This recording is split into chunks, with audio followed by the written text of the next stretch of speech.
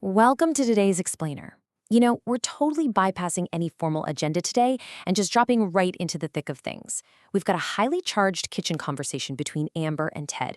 There's romantic tension, there's baking pressure, and honestly, most importantly for us, there's a complete goldmine of everyday conversational idioms hidden right in their dialogue. So let's just jump in and see how this scene unfolds. Amber kicks things off by saying, "Ted, I'm glad we're finally alone." And Ted replies, "Me too. When I met you, it was love at first sight." You can really hear the infatuation there, right? And boom, right there in his little confession is our very first key idiom. I felt the same way. But Ted, I heard you were seeing Tiffany.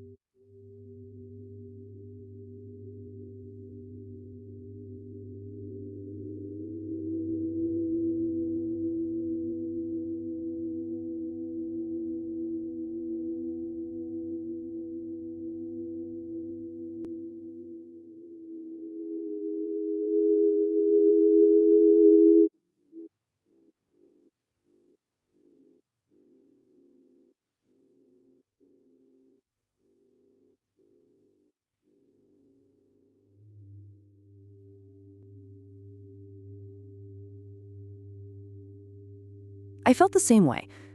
But Ted, I heard you were seeing Tiffany. Ted immediately shoots back. I broke up with Tiffany right after I met you. Notice his quick, defensive pivot there? That successfully establishes our second conversational phrase for today. Good. Now let's crank out these cookies. Susan wants them by Monday. And just like that, she brings down the hammer. It's this sudden, demanding shift right back to the work at hand. And it gives us our third idiom. You're so focused on work. I'm head over heels in love with you, and all you can think about is cookies. But Amber's not having it. She says, we'll have time for romance later. Right now, it's crunch time.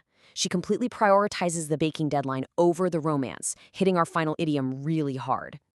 And finally, Ted gives in. Okay, let's get to work. And with that kind of resigned sigh from Ted, we wrap up the raw conversational experience phase of our explainer. So that was quite the scene. But here is the real challenge. And honestly, the entire reason you clicked on this explainer. How does a beginner, or really anyone looking to permanently upgrade their vocabulary, effortlessly master these 5 everyday idioms without ever relying on dry, boring, repetitive flashcards? Because let's face it, reading a list from a textbook practically guarantees you're going to forget them by tomorrow morning. To achieve permanent retention, we're going to use a brilliantly effective tool called the Memory Palace. Now, if you aren't familiar with it, a Memory Palace is this incredibly powerful spatial memory technique. It was originally popularized by memory expert Tony Buzan, and it works by using familiar physical spaces, like, rooms in your own house, to vividly store and recall complex information. So instead of just trying to remember flat words on a page, we're going to literally map Ted and Amber's tense dialogue right onto a physical space you already know. Okay, let's dive into this. To make this technique work, we rely on Tony Buzan's 3 pillars of memory: linking, association, and exaggeration. The absolute secret sauce here is exaggeration. Seriously, you have to make your mental images as absurd, loud, and exaggerated as humanly possible to ensure they actually stick. The brain tends to delete boring information, but it holds tightly onto the bizarre. So, I want you to picture your own kitchen right now as we look at this map. We are going to physically walk through 5 precise stops in our little romantic oven journey. First, we start right at the kitchen entrance. Then we move over to the countertop. Next, we reach for the oven handle. Then we glance up at the stove burners. And finally, we look down at the cookie tray. That's 5 stops for our 5 idioms. Let's build our memory palace. Now, what's really interesting here is how we transform a pretty standard cliché into an unforgettable visual. Our first idiom is love at first sight. So imagine standing exactly at your kitchen entrance, but blocking your path are 2 giant human-sized eyeballs just floating in midair. And instead of normal pupils, they have massive beating red hearts, and they're staring intensely right at each other. Bizarre? Oh, absolutely. But you will never forget what happened at the entrance. Next, you take a step inside and look at your countertop. Our phrase here is broke up with. Picture a framed photograph of this girl, Tiffany, sitting innocently on your counter. Suddenly, out of nowhere, a giant, heavy cartoon mallet swings down from the ceiling and violently smashes the picture frame into 1,000 jagged pieces right in front of you. It's the literal physical destruction of the relationship, wildly exaggerated, right there on your countertop. Moving on, building on this whole crazy scene, you reach down to open your oven. But instead of a normal handle, there is a giant, squeaky, rusty metal crank attached to it. The idiom is crank out, which means to produce something rapidly.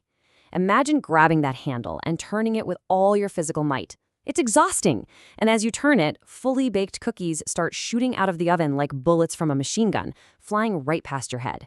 The sheer physical effort and the rapid-fire speed absolutely lock the phrase crank out into your memory. Now, look right above the oven to the stove burners. Remember, Ted told Amber he was head over heels in love. And this brilliantly illustrates how taking an idiom literally makes it just utterly unforgettable. Picture Ted right now doing a literal handstand directly on top of your hot, burning stove grates. His head is physically down, his heels are up over him, and he is balancing on the fire while shouting, "I love you." It's painful, it's ridiculous, and it perfectly anchors head over heels, for sure. Finally, we look down at the cookies that just came out of the oven. The phrase is crunch time, signifying an intense period of pressure right before a deadline. Imagine the cookie tray sitting there, but it's shaped like a giant ticking clock. And every single time the second hand moves, instead of a normal tick, it makes a violently loud, crushing crunch sound. That auditory exaggeration perfectly signifies the intense pressure of Amber's baking deadline taking down. So the crucial point here is this completed mental map. Let's recap. You've got the giant eyeballs at the entrance for love at first sight, the smashed frame on the countertop for broke up with, the rusty wheel on the oven handle to crank out cookies, Ted doing a burning handstand on the stove for head over heels, and the loud clock on the cookie tray for crunch time. See? Your brain effortlessly holds on to this 3D spatial story, linking locations to exaggerated visuals far, far better than it ever could memorize a flat, bulleted list. You have just successfully decoded and memorized 5 conversational phrases by turning a mundane kitchen into a vivid memory palace. The human brain's ability to recall spatial relationships is practically limitless. I mean, you have dozens of rooms, childhood homes, and office buildings stored in your head right now. So my final question to you is this. What mental room will you unlock to store your next set of vocabulary words? Thank you so much for joining me on this explainer, and hey, happy learning!